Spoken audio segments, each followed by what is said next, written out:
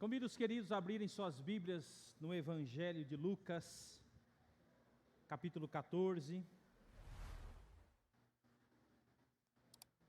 Evangelho de Lucas, capítulo 14. Hoje nós vamos estudar sobre a parábola da grande ceia, que é um convite de Deus para todos nós. Nós acabamos de cantar um hino que fala sobre a terra feliz, onde irei para sempre morar. E nesse último refrão nos fala, vou estar nessa terra feliz. Aí eu pergunto nessa noite, você tem plena convicção de que você estará nessa terra feliz? Fiquem refletindo nesta pergunta, né? Pensando nesta parábola que nós vamos ler, vamos estudar, e que tem a ver com cada um de nós. E nós vamos... O versículo 14 nos diz assim, 14. Serás bem-aventurado pelo fato... Deixa eu ver... tá. Serás bem-aventurado pelo fato de não terem eles com que recompensar-te. A tua recompensa, porém, tu a receberás na ressurreição dos justos. Ora, ouvindo tais palavras, um dos que estavam com ele à mesa disse-lhe: Bem-aventurado aquele que comer pão no reino de Deus. Nós acabamos de terminar uma série no domingo passado, onde nós falamos sobre as bem-aventuranças, em Mateus capítulo 5. E nós explicamos o que significa bem-aventurança, bem-aventurado, que significa feliz, super feliz. E nós olhamos para cada um dos aspectos, né, das bem-aventuranças. Se você quiser assistir, está lá no canal da AB Cosmópolis, tem lá toda a série que nós estudamos. E é interessante que aqui, no versículo 15, um certo homem que estava ali na mesa, junto com Jesus, ele disse o seguinte: ora, ouvindo tais palavras, um dos que estavam com ele à mesa, disse-lhe, bem-aventurado, feliz, né? Aquele que comer pão no reino de Deus. Esse versículo está num contexto onde Jesus está na casa de um religioso, de um fariseu, de um homem muito importante da sociedade, e ali ele estava oferecendo um jantar para as pessoas que ele havia convidado, e estava ali Jesus, os seus discípulos, várias pessoas importantes. Mas olha que interessante, e este homem que está sentado à mesa, ele suspira e ele faz essa declaração: bem-aventurado aqueles que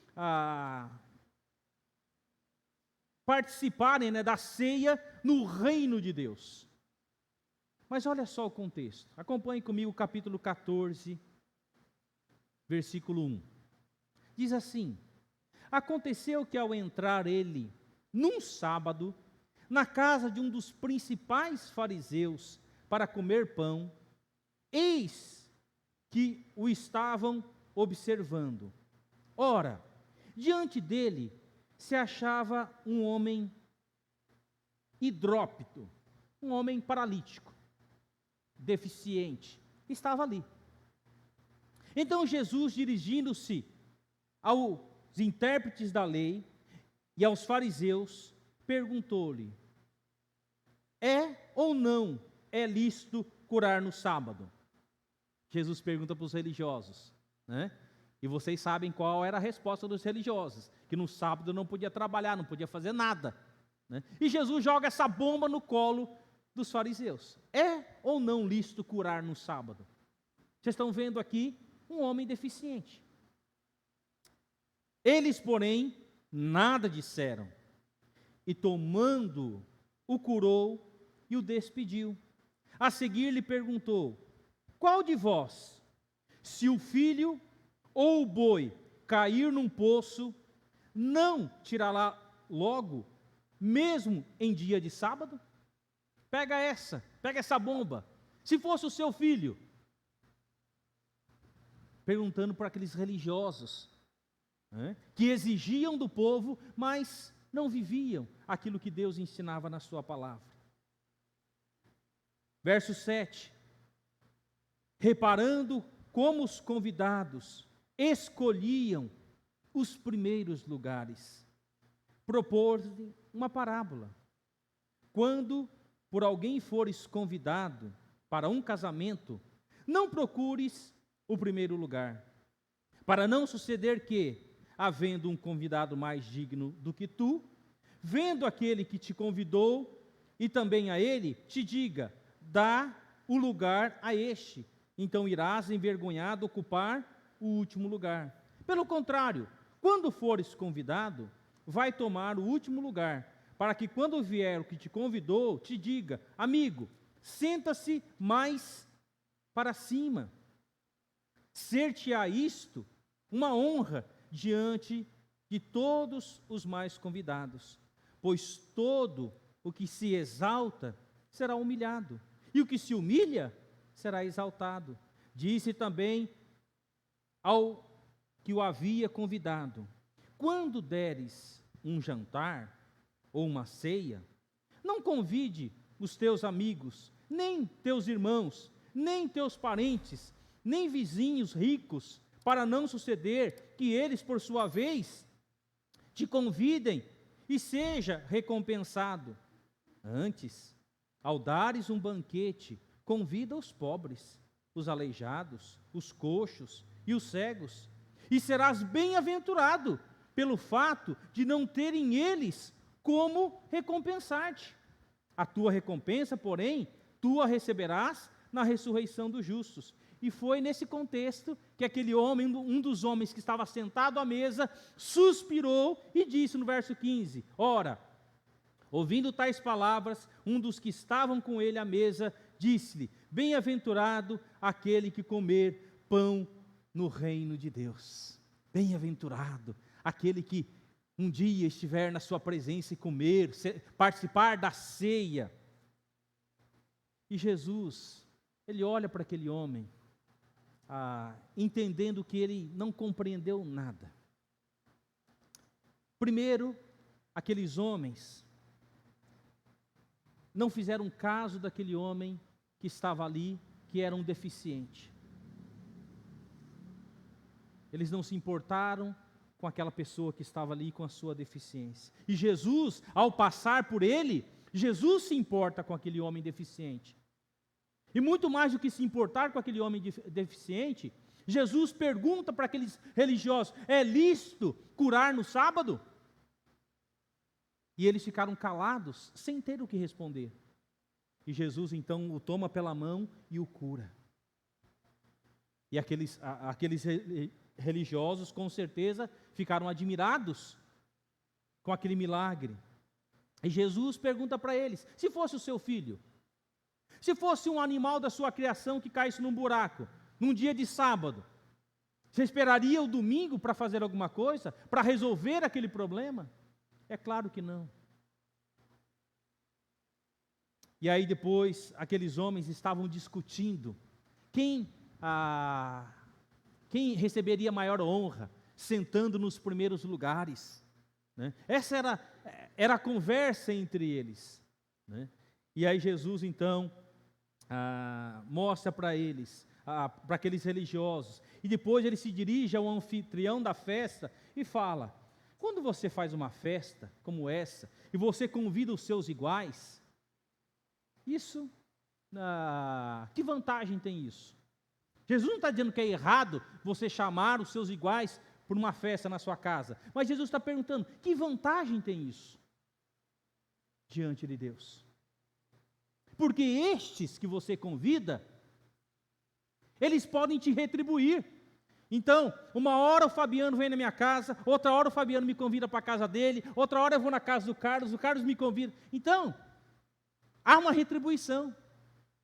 Mas Jesus fala que bem-aventurado é aqueles que convidam os pobres, os aleijados, os coxos, né, os cegos. Sabe por quê? Esse vai ser bem-aventurado no reino do céu, porque estes não têm como te recompensar. Esses não têm condição nenhuma de falar assim, ó, da próxima vez eu vou te chamar para vir na minha casa. Porque eles eram considerados a escória da sociedade, os rejeitados. E foi nesse contexto que um desses que estavam à mesa falou, bem-aventurado vai ser quando eu comer no banquete do reino dos céus. Então Jesus, para ilustrar ainda, Jesus fala assim, não entendeu, você quer que eu desenhe? E Jesus vai desenhar. E ele vai contar a parábola da grande ceia. Acompanhe comigo. Versículo 16. Em resposta a este homem. Ele, porém, respondeu: certo homem deu uma grande ceia e convidou a muitos. À hora da ceia, enviou o seu servo para avisar aos convidados: vinde, porque tudo já está preparado. E este certo homem aqui, ele é muito mais do que um homem rico. Este homem, ele é uma majestade, porque somente uma majestade fazia um convite duplo. Primeiro, ele manda convidar, fazer um convite formal, né, em tempo adequado, para que as pessoas se preparassem. Primeiro convite. No dia da grande festa,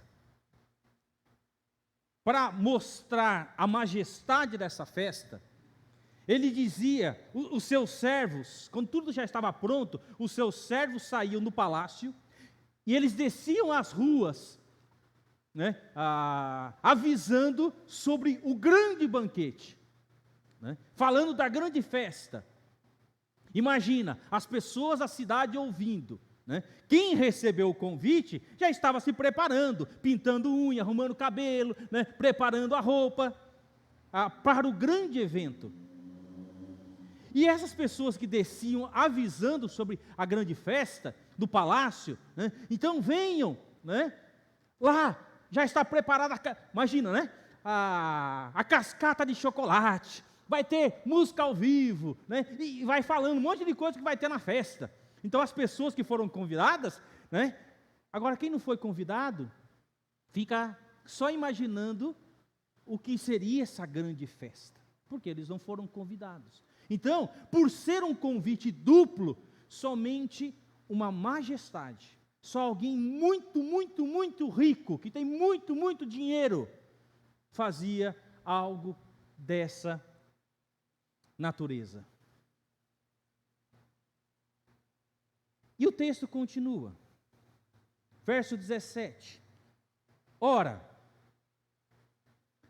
a hora da ceia, enviou os seus servos para avisar aos convidados: vinde, porque tudo já está preparado.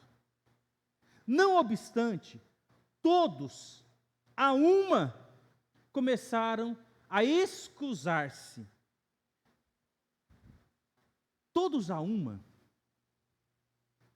é que dá a ideia de que esses convidados entraram num complô, né?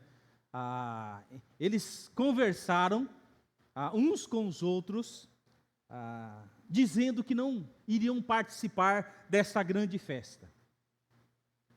E que cada um inventasse a sua história, né? Se vire, né? Então, quando chegar a hora, você não vai, mas você vai ter que explicar por que você não vai.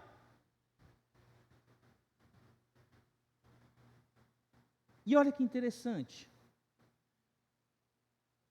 Todos a uma, ou seja, houve um motim entre esses convidados da primeira lista, né, para escusar-se, para não participar da festa, que já estava tudo preparado, tudo preparado.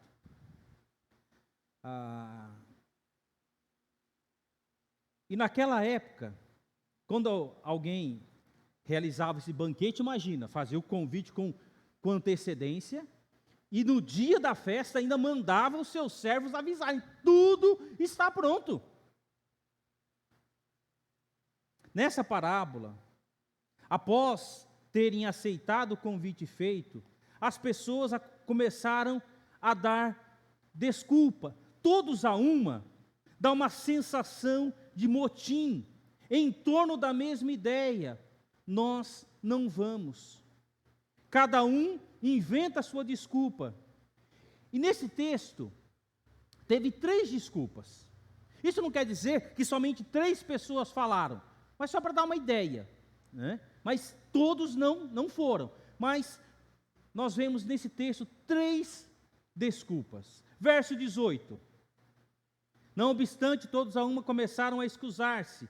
Disse o primeiro: comprei um campo e preciso ir vê-lo, e rogo-te que me tenha por escusado. Primeira desculpa, né? E a gente vê a intenção do coração era a mesma, todos a uma. Isso é irônico, é patético. As desculpas que essas pessoas vão dar. Dá uma sensação de um motim em torno da mesma ideia. Nós não vamos. E a primeira pessoa disse que precisava ir ver os campos que havia comprado.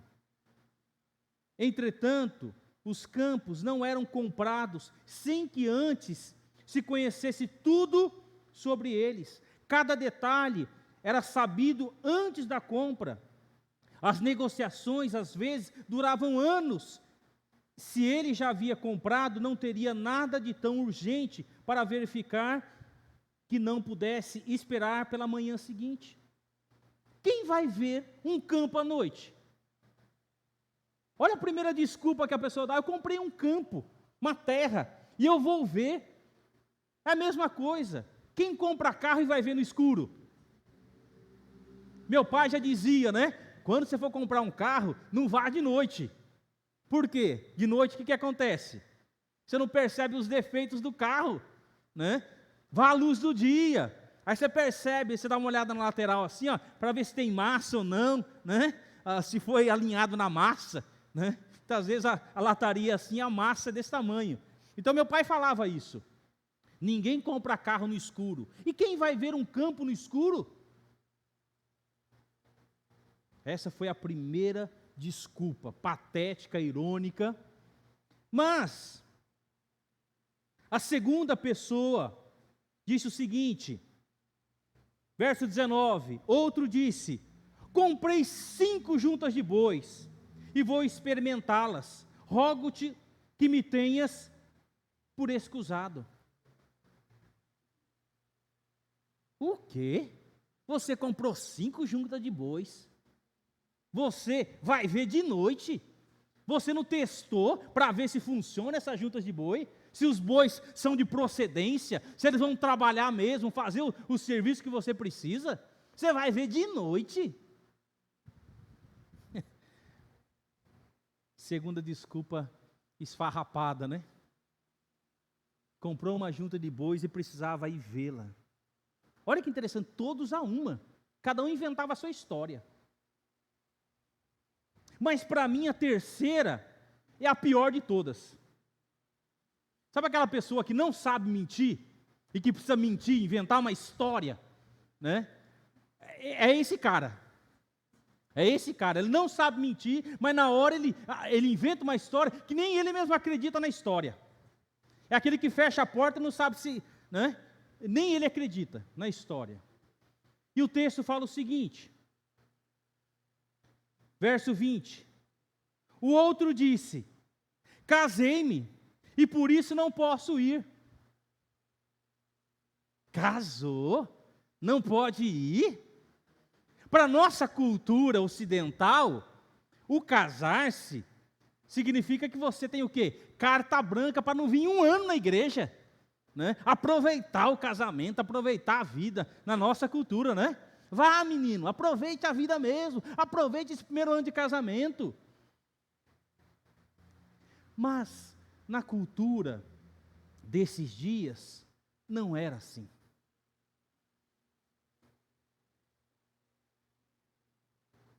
Alguém que se casou, a noiva, que recebe um convite para participar de uma festa, ela faz questão de ir à festa. E sabe qual roupa ela usa na festa? A sua roupa de casamento. E isso era uma grande honra. Então ela recebeu esse convite. Então a desculpa do casamento era mais patética. Por quê?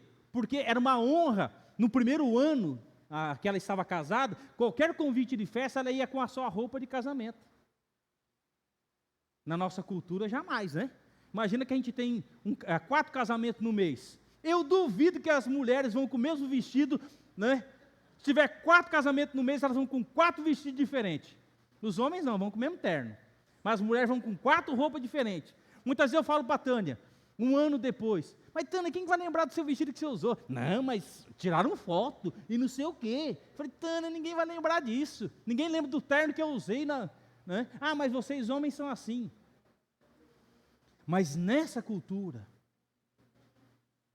usava-se a roupa de casamento. E era uma honra. Eu imagino você dando uma festa na sua casa, né, se preparando para a festa, e o seu pai chega no seu quarto e fala, filha, tem 12 noivas lá né? Uma entrou pela porta da esquerda, outra entrou pela porta da direita, outra desceu pelo teto, né? Tem 12 noivas. Para a noiva, para aniversariante, aquilo era uma honra.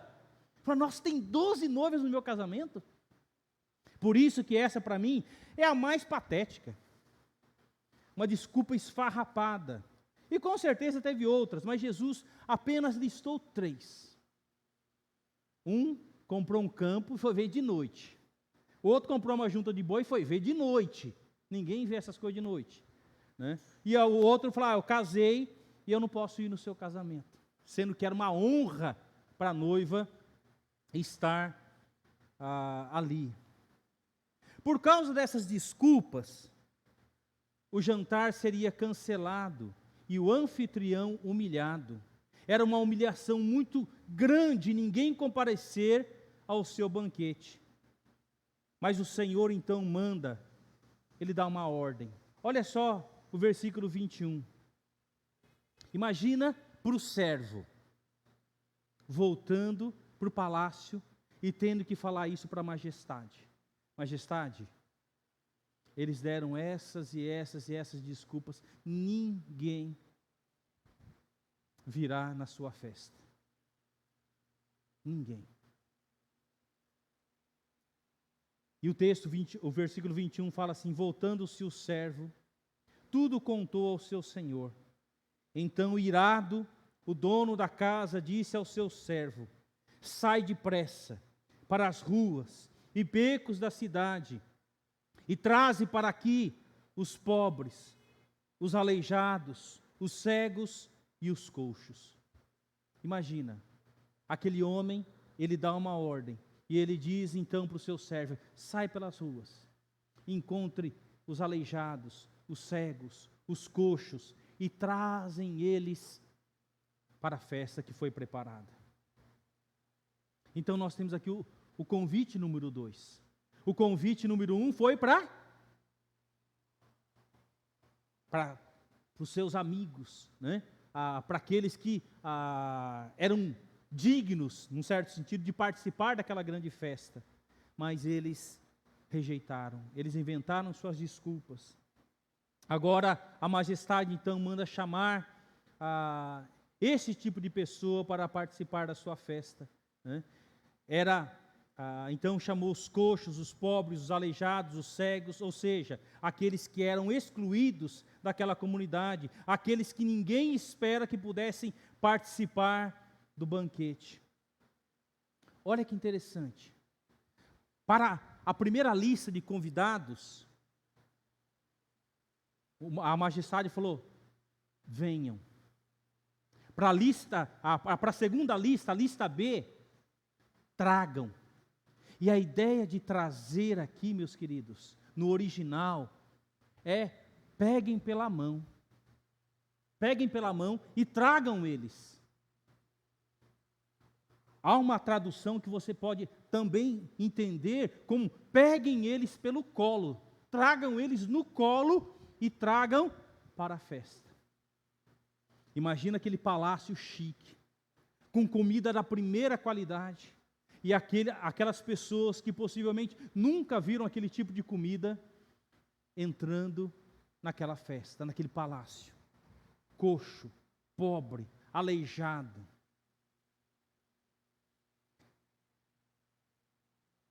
Mas o texto continua.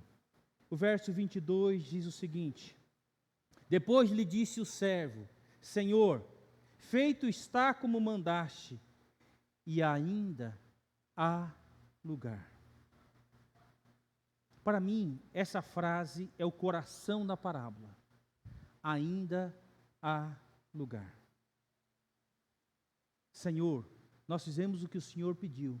Nós trouxemos todos os que o Senhor pediu, mas ainda há lugar. Ainda há lugar.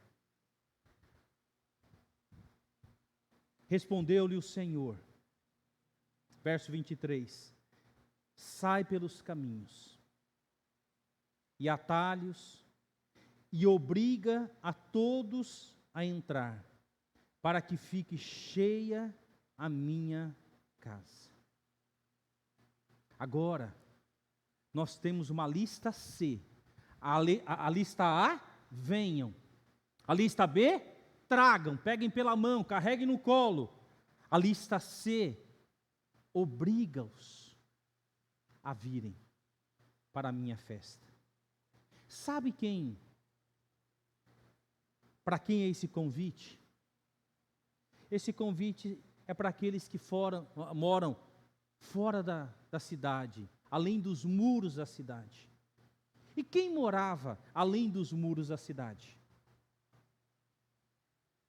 Os leprosos, os assassinos, todo tipo de pessoa que você possa imaginar, assim, que não tinha caráter, cheio de problemas, endividados, esses moravam fora da cidade.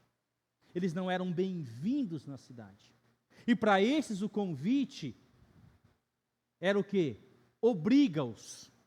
Eu fico imaginando a cena, os servos descendo com as carroças, saindo da cidade e encontrando esse tipo de pessoa. E dizendo para essas pessoas, entrem na carroça.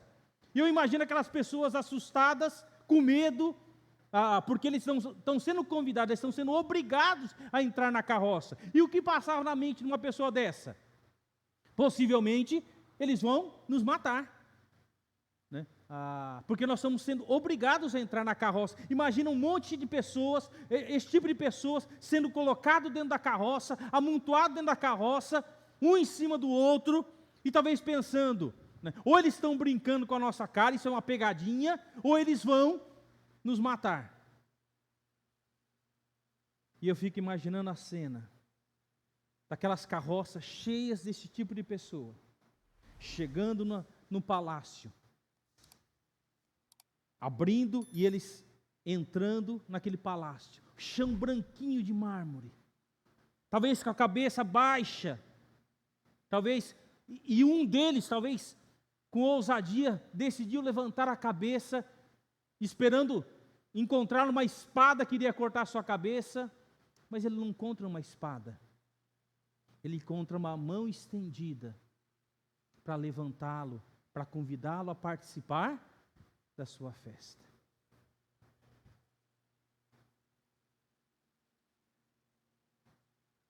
A lista A, venham. Eram pessoas propícias, tinham roupas, condição social adequada, cheios de autoconfiança. A lista B, traga pela mão e vem guiando, pega no colo e traga, não tenho condições, não é meu lugar, não propício, traga. E a lista C obriga pessoas que viviam às margens da sociedade, fora dos muros, nas estradas, nos becos da vida, doentes, assassinos, prostitutas, leprosos, endividados, porque a majestade queria a sua casa, o quê? Cheia. Ele queria a sua casa cheia.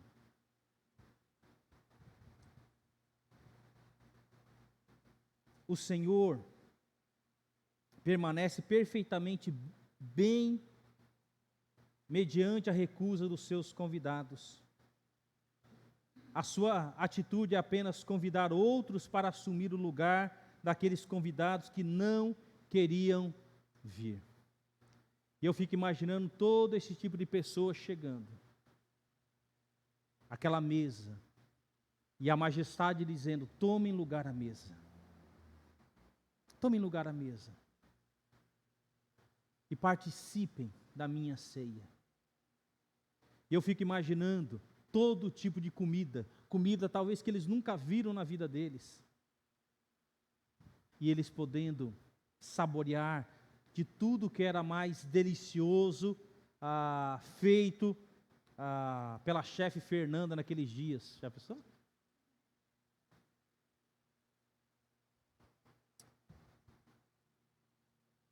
E agora vamos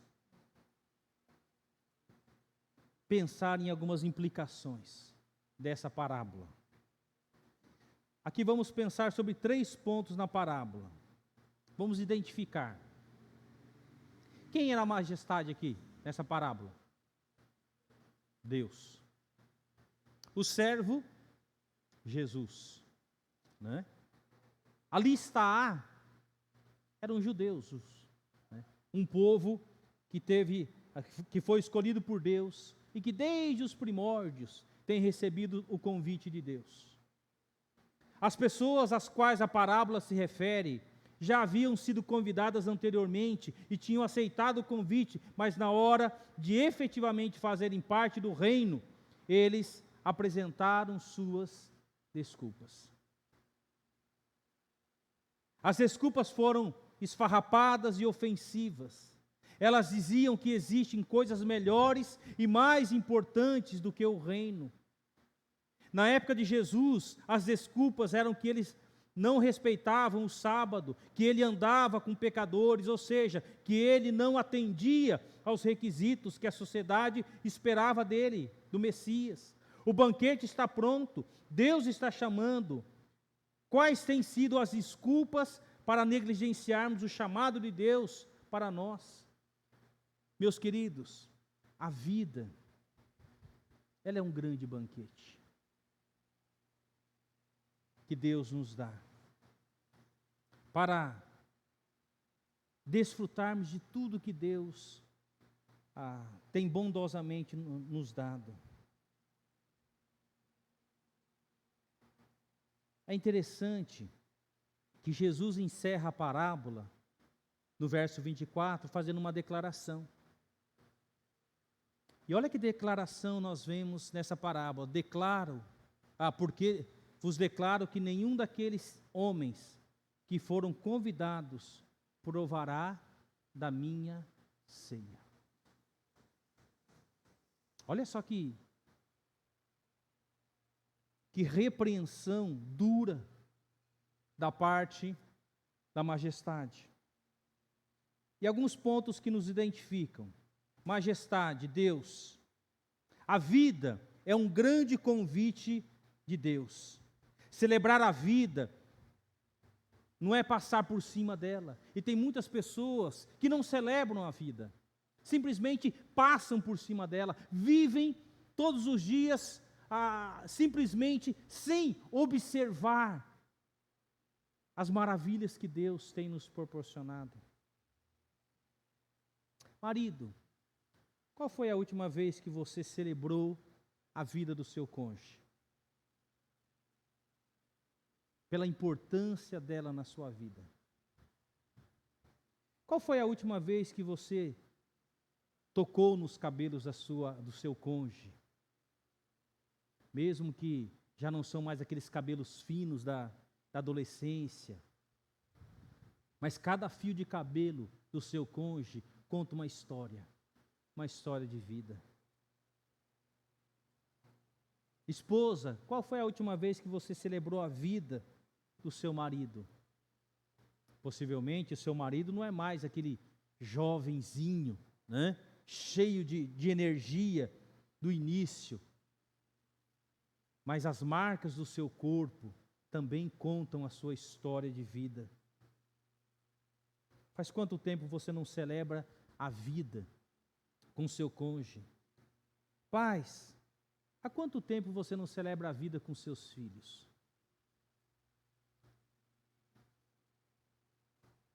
Talvez vocês pais, como eu, um dia, talvez quando o seu filho nasceu, nos primeiros dias, ou quando você começou a colocar ele no bercinho para dormir, talvez muitas vezes você levantava à noite, talvez você se identifique, levantava à noite para chegar perto do bercinho para ouvir o quê? Se ele estava o quê? Respirando. Você chegava pertinho assim, está respirando. Né? Com medo de que tinha parado de respirar à noite. Mas hoje você não mais celebra a vida do seu filho. Você não aproveita mais as oportunidades com seu filho, de ouvi-lo, ouvir as suas lutas da sua infância, da sua juventude.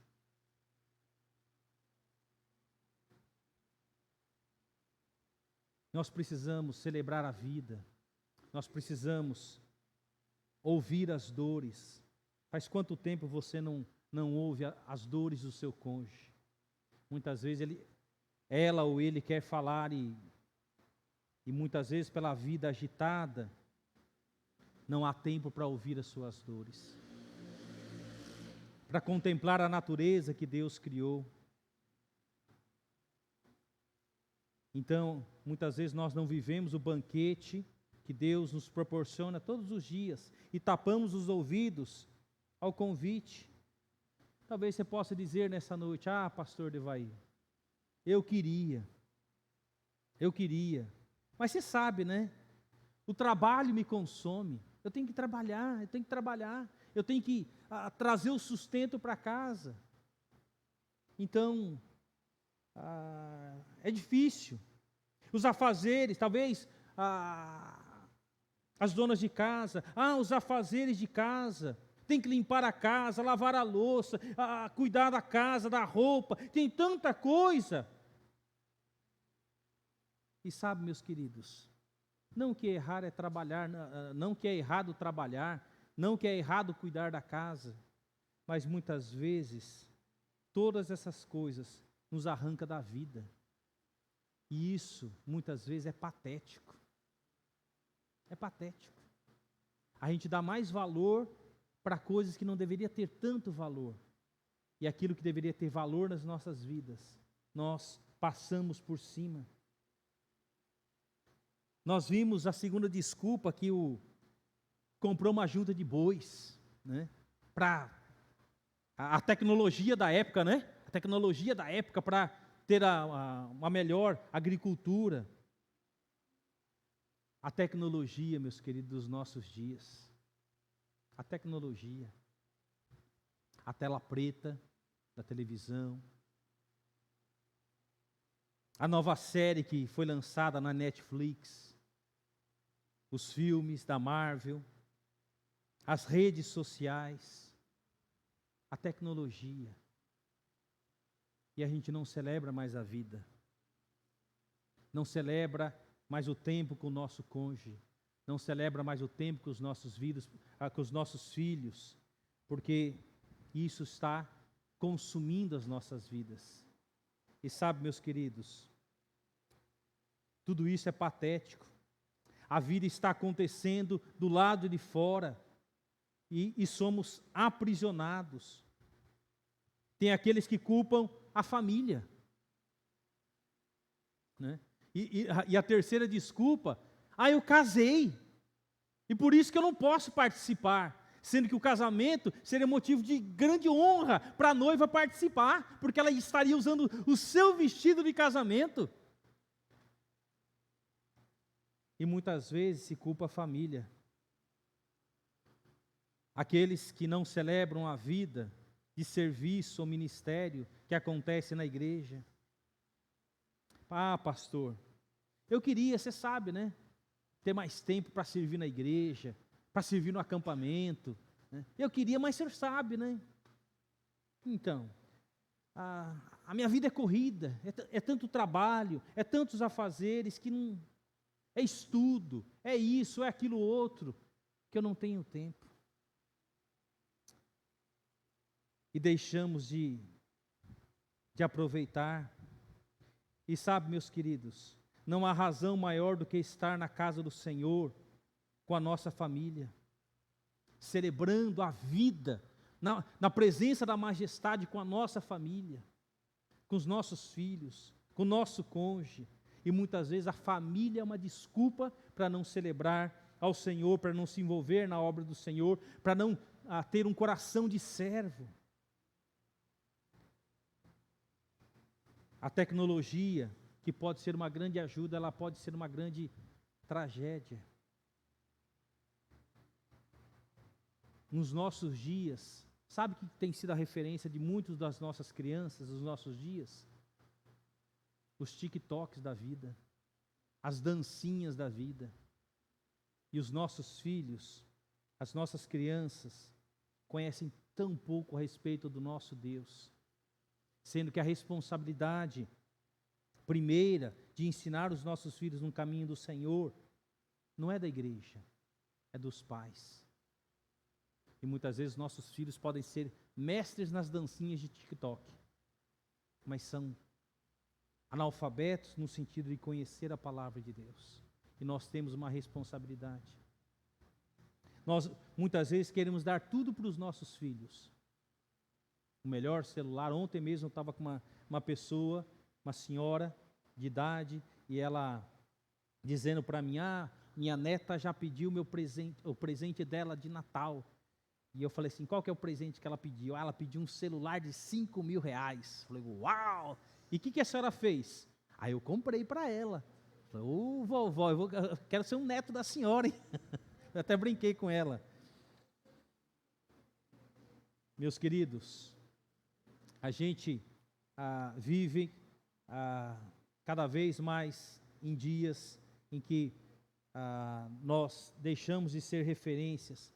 O que adianta nós oferecermos tudo de melhor para os nossos filhos? Não que isso seja errado, mas hoje em dia nós queremos que os nossos filhos falem inglês, falem francês, né? Faça isso, faça academia disso, faça academia daquilo, faça isso, faça aquilo outro.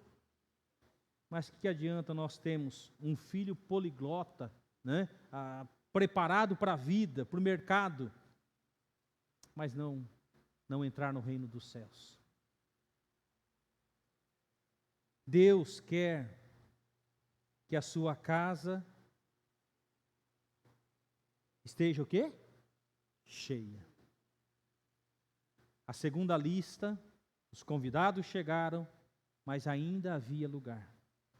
E o Majestade falou: ainda há lugar. Ainda há lugar.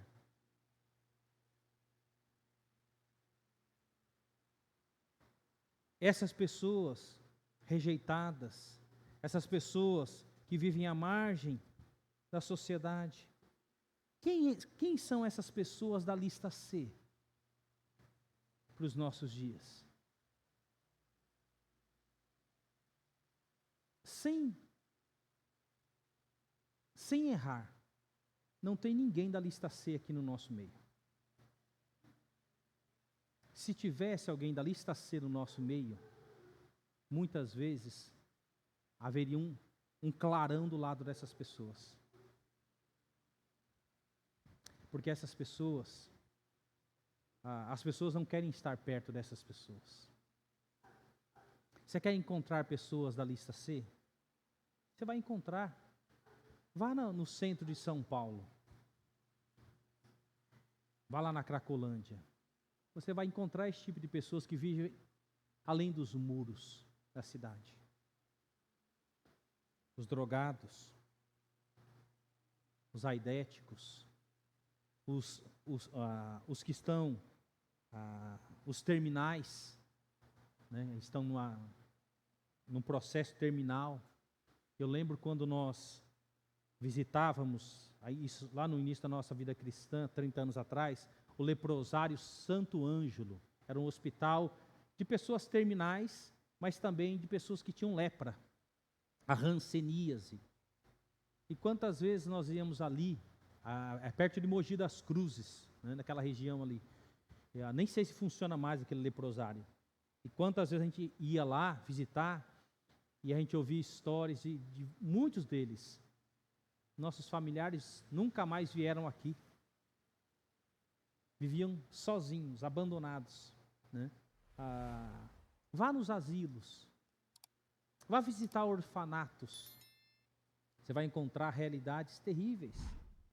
Então, meus queridos, pessoas que muitas vezes erraram na vida, que muitas vezes engravidaram, tiveram 1, 2, 3, 4 filhos, né? E muitas vezes no meio da família essas pessoas não são bem aceitas. Eles decidiram viver uma vida errada, bateram com a cabeça, o problema é deles. E muitas vezes eles estão pedindo ajuda, muitas vezes uma cesta básica, mas não vou ajudar. Eles erraram, eles escolheram essa vida, é problema deles. Essas pessoas são as pessoas da lista C. Pessoas que mesmo diante dos seus erros, Deus as ama. Pessoas que muitas vezes nós não queremos por perto. Numa festa familiar, sabe aquele tio que bebe na festa da família e que depois enche as paciências na festa em família e fala um monte de verdade, de porcaria, de bobeira no meio da festa? Entendeu? Verdade que muitas vezes você queria falar, mas você não tem coragem, mas ele falou. Esse tio é da lista C. E muitas vezes você fala assim: tio, já bebeu demais, vamos embora, né? Já deu, vamos para casa, eu te levo. Não precisa não, eu vou sozinho. E vou dirigindo ainda, né? São as pessoas da lista C, que muitas vezes bate no portão das nossas casas, e que você olha pela fresta da porta e fala: não vou nem atender.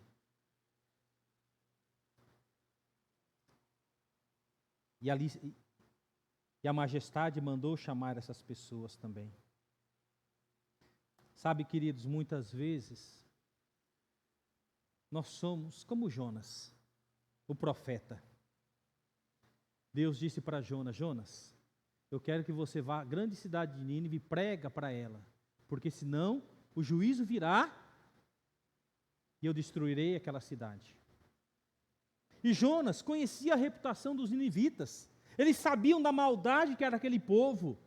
E o coração de Jonas era que aquele povo fosse destruído por Deus. E Deus disse: vá, Jonas, e prega para aquela cidade, para que eles se arrependam.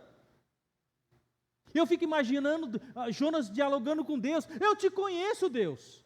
Eu sei que o Senhor não vai destruir, que se eles se arrependerem, o Senhor vai perdoar eles. Vocês acham que Jonas tinha medo da morte? Jonas não tinha medo da morte, porque quando ele estava lá naquele barco e veio a tempestade, Jonas falou: pode me jogar no mar, eu sou o culpado dessa tempestade. Ele não tinha medo da morte. E aqueles marinheiros pegaram Jonas e jogaram no mar. E Deus preparou um peixe que veio, engoliu Jonas, e ele ficou lá 3 dias na barriga daquele peixe. E lá, lutando contra Deus, lá no fundo do mar, ele falou: eu vou, Deus, eu vou. Aí o peixe vomita Jonas na praia. Eu fico imaginando Jonas se limpando, né, das algas. Eu vou. O senhor quer que fale? Eu vou falar. O senhor quer que fale? Eu vou falar para eles. Eu fico imaginando Jonas chegando na porta da cidade, e é a mensagem mais rápida que foi pregada na história. Mais rápida. Porque Jonas, ele não parou para conversar com as pessoas. Olha, arrependam dos seus pecados, mude de vida, senão o juiz de Deus vai vir sobre a sua vida. Sabe o que Jonas fez? Ele passou correndo, dizendo: o juízo vem. Correndo pela cidade, só isso ele falou. Tamanho amor que ele tinha para com os ninivitas.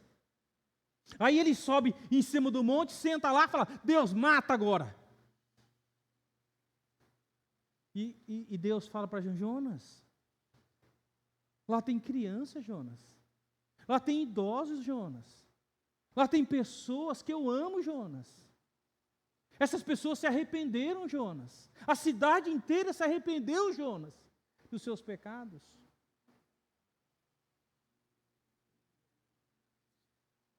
O grupo A, eles sabiam o caminho. Eles tinham roupas dignas para aquele evento.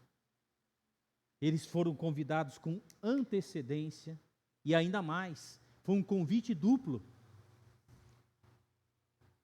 Mas eles inventaram as suas desculpas. E eu quero pensar nessa frase: ainda há lugar. Há lugar na mesa.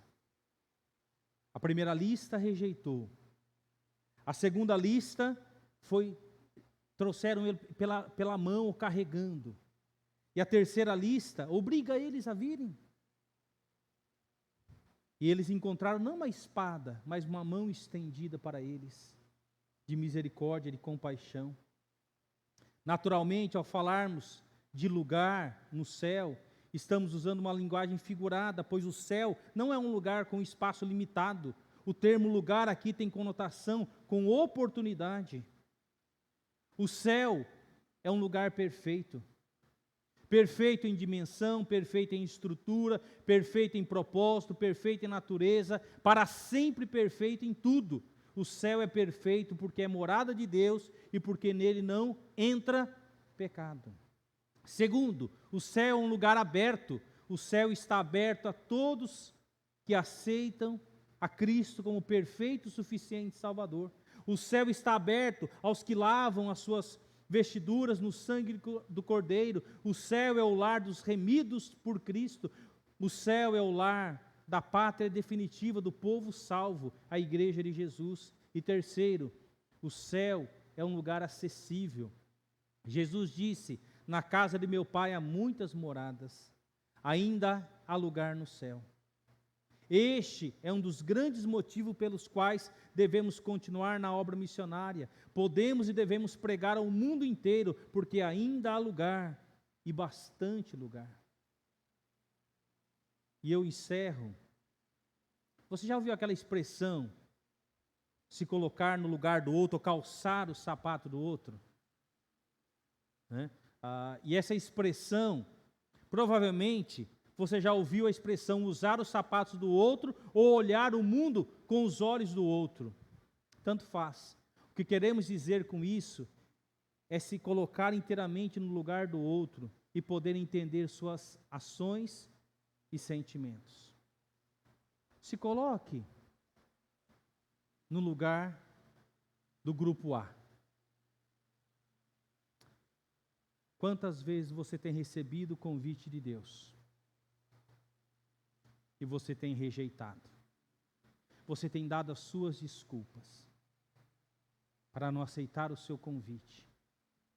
Muitas vezes para se envolver na obra do Senhor. Muitas vezes para ser bênção na vida do outro, discipular outros. Quantas vezes Deus esteve te convidando? E quando nós pensamos no grupo A, no povo judeu, desde o princípio, Deus tem convidado esse povo a caminhar com Ele, a celebrar a vida com Ele, a participar da mesa do Senhor. E é interessante que João 1,12 fala: Jesus veio para os seus, mas os seus não o receberam. Talvez você tenha que vestir o sapato do grupo B, e esse sapato nos cabe. Porque essas pessoas do grupo B são os gentios, aqueles que não são judeus, eu e você, os tupiniquim da vida, né? Pessoas de todos os povos, tribos, línguas e nações. Esses somos nós, as pessoas do grupo B, que foram trazidas pela mão, carregadas no colo. Você se lembra de quem trouxe o Evangelho para você?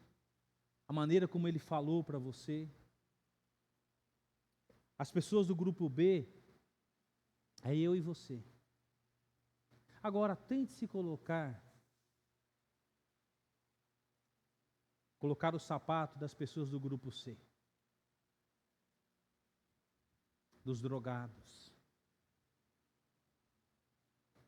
Das prostitutas que muitas vezes vendem o seu corpo para ganhar um tostão para sustentar a sua família. Eu não estou aqui justificando o pecado de ninguém. Pecado é pecado diante de Deus.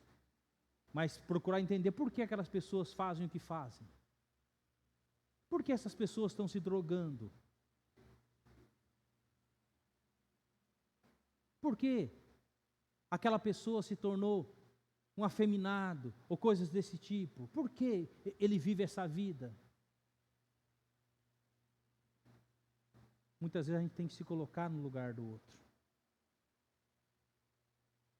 Deus ama essas pessoas também, independente dos pecados que elas cometeram. Quem não tem pecado, que atire a primeira pedra. A gente tem que se colocar no lugar do outro. É fácil a gente julgar. É fácil a gente atirar as pedras na vida dessas pessoas que estão às margens da sociedade. Que são desprezadas, que são humilhadas, que são chacoteadas. Pessoas que precisam do nosso amor. E a lista C, a majestade diz: eu quero a minha casa cheia. Talvez aqui você não queira conviver com essas pessoas. Mas eu digo para vocês, meu querido, lá no reino dos céus haverá esse tipo de pessoas. Mas que foram lavadas pelo sangue do Cordeiro. Lá vai ter esse tipo de pessoa. Talvez aqui você rejeite, talvez aqui você tenha preconceito, mas lá vai ter esse tipo de pessoa. Que foi perdoada e purificada pelo sangue de Jesus. Mas tem um sapato que nem eu nem você não podemos ousar tocar o mesmo calçar. E esse é o sapato da majestade. Esse sapato você não pode nem tocar e nem ousar querer vestir. Porque eu e você não temos o direito de dizer quem vai fazer parte do banquete do reino dos céus. Esse sapato não nos cabe. E lembre da advertência do verso 24. Porque vos declaro que nenhum daqueles homens que foram convidados provará da minha ceia. Eu te pergunto nessa noite, você vai provar dessa ceia? Você estará lá? Nós cantamos: eu avisto uma terra feliz, onde irei para sempre morar. Então, meu querido, que essa parábola nos mostre que nós não podemos dizer quem vai estar lá. Ainda há lugar. Se você olhar para as cadeiras, ainda há lugar. E o que nós temos feito para que esses lugares sejam preenchidos na igreja, e muito mais do que na igreja, no reino dos céus? O que eu e você temos feito durante a semana? E a responsabilidade é nossa. Porque ainda há lugar no reino dos céus. E eu encerro quando Jesus fala das bodas do Cordeiro lá em Apocalipse. Alegremo-nos e exultemos, e demos-lhe a glória, porque são chegadas as bodas do Cordeiro, cuja esposa a si mesmo já se ataviou. E disse-me: escreve, bem-aventurados aqueles que são chamados à ceia das bodas do Cordeiro. E acrescentou: são essas as verdadeiras palavras de Deus. As bodas do Cordeiro. Você estará lá? O convite foi feito. Então, que você não rejeite o convite de Deus. O convite de Deus é para hoje, não para amanhã.